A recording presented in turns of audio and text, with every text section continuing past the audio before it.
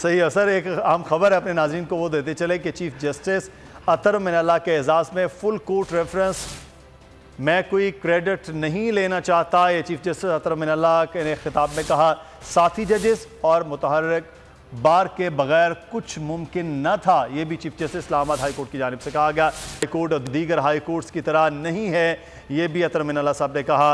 यह सिर्फ इलाके की हाई कोर्ट नहीं, फेडरेशन की नुमाइंदगी करती है।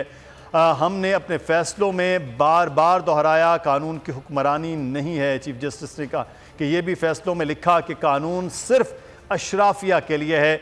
जस्टिस अतर मिनल्ला ने कहा कि वकला तहरीक में हमने अहम किरदार अदा किया। Justice Aamir Farooq human rights issues पर खुसूसी तवज्जो दी, ये जस्टिस आमिर फ़ारूक की जानिब से कहा गया। जेल इस्लाहात के लिए सेंट्रल जेल का दौरा भी किया, जस्टिस आमिर फ़ारूक की जानिब से भी ये कहा गया। Chief justice Islamabad high court Athar Minallah के एजाज़ में फुल कोर्ट रेफरेंस, जिसमें उन्होंने कहा कि मैं कोई क्रेडिट नहीं लेना चाहता, साथी जजेस और मुतहर्रिक बार के बगैर कुछ भी मुमकिन नहीं था।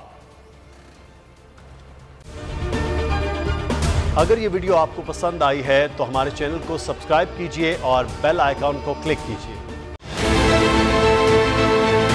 बहुत अच्छी कवरेज की है, ये मार्च की तो जबरदस्त कवरेज थी, बॉल की प्रॉब्लम सबसे बेस्ट थी। सबसे ज्यादा रील्स और सबसे ज्यादा रेटिंग के साथ बोल रहा नंबर 1। सब्सक्राइब करें और बेल दबाएं ताकि कोई खबर रह न जाए।